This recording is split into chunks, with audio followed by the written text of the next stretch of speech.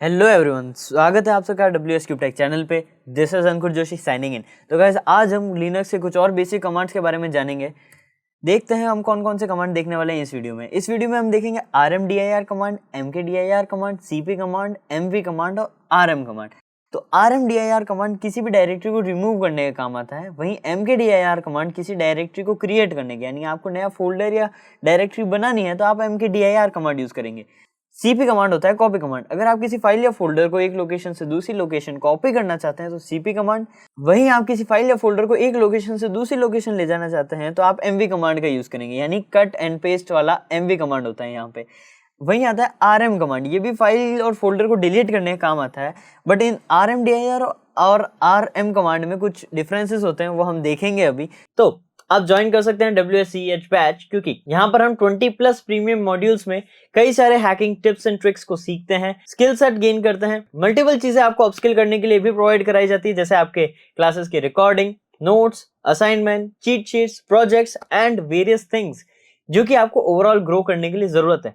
तो ये सारी चीजें आपको ड्यूरिंग द बैच प्रोवाइड कराई जाती है। और भी कुछ सरप्राइजेस है, बट वो आपको मैं वीडियो में नहीं बताऊंगा, ये चीजें हम क्लासेस में डिस्कस करेंगे।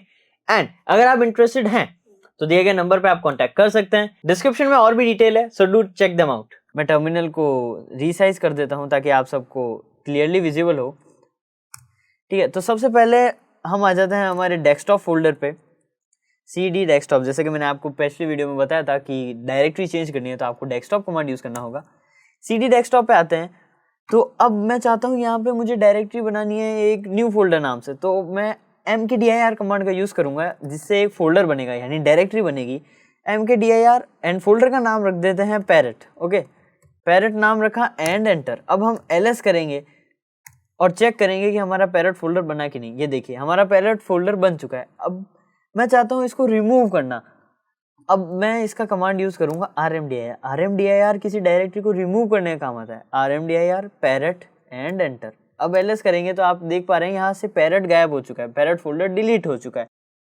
अब मैं आपको mkdir कमांड का एक और यूज बताता हूँ। अब चाहते हैं एक फोल्डर के अंदर एक और फोल्डर हो, लाइक मैं एक फोल्डर बनाता हूँ हैकर। अब मैं चाहता हूँ हैकर फोल्डर के अंदर पिक्स नाम से एक फोल्डर हो, तो मैं hacker/pics लिख दूंगा एंड एंटर। अब देखिए, आप देख पा रहे हैं can not create directory hacker/pic। ऐसा क्यों? क्योंकि mkdir hacker/pics कमांड का मतलब है हम चाहते हैं पिक्स डायरेक्टरी क्रिएट हो हैकर डायरेक्टरी में, बट हैकर नाम की कोई डायरेक्टरी है नहीं। बट हम चाहते हैं कि हैकर नाम की डायरेक्टरी अगर नहीं है तो क्रिएट हो जाए और उसके अंदर पिक्स डायरेक्टरी आ जाए। तो हम कमांड यूज करेंगे -p। -p का मतलब होता है -- अब -- पेरेंट को यूज ना करते हुए हम सिंपल उसका फ्लैग यूज करेंगे -p। अब -p हमने एंटर करा। अब देख पाएंगे हम ls कमांड करा, हम देखते हैं हैकर नाम का फोल्डर क्रिएट हो चुका है। अब हैकर नाम के फोल्डर के अंदर जाके चेक करते हैं कि हमारा पिक्स फोल्डर क्रिएट हुआ है कि नहीं। अब देखिए, उसके अंदर पिक्स फोल्डर क्रिएट हुआ है। अब हम वापस से एक बार बैक आ जाते हैं, डेस्कटॉप फोल्डर पे आते हैं। अब मैं चाहता हूँ रिमूव करूँ हमारा हैकर फोल्डर। अब देखिए, यहाँ पे एक एरर आएगा, ये देखिए, कैन फेल टू रिमूव। क्यों? क्योंकि डायरेक्टरी इज नॉट एम्प्टी। अब हैकर के अंदर एक पिक्स नाम का फोल्डर और है, यानी एक और डायरेक्टरी है, इसलिए rmdir नहीं कर रहा है इसे क्लीन, मतलब इसे रिमूव नहीं कर रहा है। बट rmdir क्योंकि बेसिकली एम्प्टी डायरेक्टरीज के लिए यूज होता है, बट अब चाहते हैं आप कि इसको रिमूव करें तो आप rm कमांड यूज करेंगे। अब rm कमांड भी इसे डिलीट नहीं करेगा, क्योंकि इसके लिए आपको एक फ्लैग यूज करना पड़ेगा। अब देखिए, ये देखिए, rmdir rm लिखा मैंने, फिर भी ये डिलीट नहीं हुआ, क्योंकि इसके लिए एक स्पेसिफिक फ्लैग होता है rm देन -rf, यानी रिकर्सिवली और फोर्सफुली देन हैकर।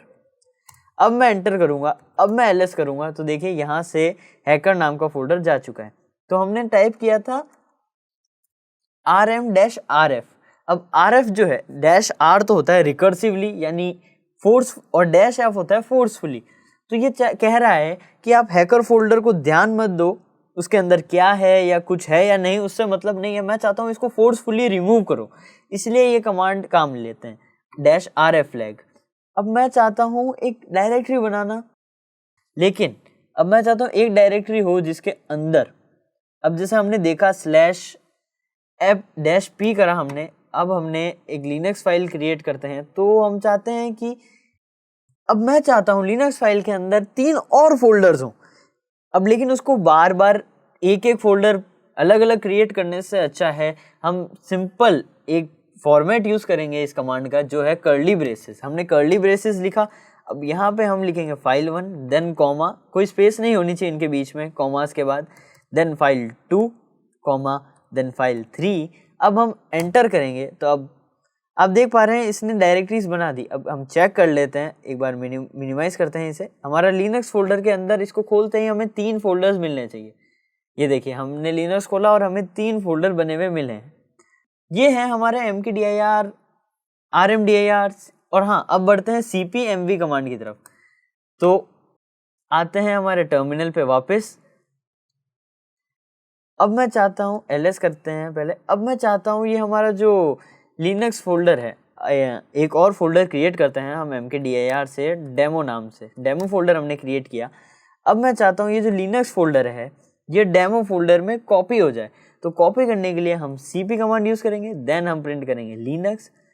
अब हमें स्पेस देके जो जिस फाइल के अंदर कॉपी करना है उसकी लोकेशन देनी पड़ेगी, यानी डेमो फाइल। अब मैं चाहता हूँ लिनक्स फोल्डर डेमो फाइल के अंदर कॉपी हो जाए, एंड एंटर। अब देखिए -r not specify omitting directory. अब ये रिकर्सिवली नहीं हुआ है, इसलिए हमें इसे रिकर्सिवली करना है। अब हम cp -r टाइप करेंगे एंड एंटर। अब देखिए हम चलते हैं हमारे डेमो फोल्डर में। ये देखिए हमने ls डेमो फोल्डर करा तो उसके अंदर लिनक्स फोल्डर आ गया। अब हम चाहते हैं इसे मूव करना, हम चाहते हैं लिनक्स फोल्डर को डेमो में मूव कर दें। पहले डेमो की जगह हम कोई और फोल्डर बना देते हैं, mkdir, एंड फोल्डर का नाम लेट से ws रख देते हैं, mkdir ws। अब मैं चाहता हूँ लिनक्स फोल्डर को मैं कंप्लीटली इसमें मूव कर दूँ। तो मूव करने के लिए हम mv कमांड यूज़ करेंगे, then Linux folder, then space ws folder. ठीक है, अब यहाँ पे हमने एंटर करा तो अब हम देख पा रहे हैं ls करते हैं तो हमारा लिनक्स फोल्डर यहाँ पे नहीं है। क्यों? क्योंकि वो ws फोल्डर में जा चुका है। अब हम उसको चेक करने के लिए cd कमांड टाइप करके हम चेंज डायरेक्टरी करते हैं हमारी डेमो पे। अब हम डेमो फोल्डर में आ गए हैं। अब डेमो फोल्डर में ls करेंगे, यानी लिस्ट करेंगे उसके अंदर के कंटेंट को, तो हम देख पा रहे हैं हमारा लिनक्स फोल्डर यहाँ मूव हो चुका है। वहीं आप चाहते हैं लिनक्स फोल्डर का नाम चेंज करना, तो आप मैन्युअली करने की बजाय यहाँ टर्मिनल से इसे रीनेम कर सकते हैं। अब रीनेम कैसे? वो रीनेम करने के लिए आपको mv कमांड यूज़ करना होगा। अब हम डेमो फोल्डर में हैं जिसके अंदर हमारा लिनक्स फोल्डर है। अब लिनक्स फोल्डर का नाम चेंज करना है तो हम mv कमांड लिनक्स, अब वहीं इसको कोई और लोकेशन नहीं, इसी लोकेशन में हम मूव करेंगे नई नाम से। तो हम इसका नाम चाहते हैं लिनक्स 2। ठीक है, हमने ये नाम दिया एंड एंटर।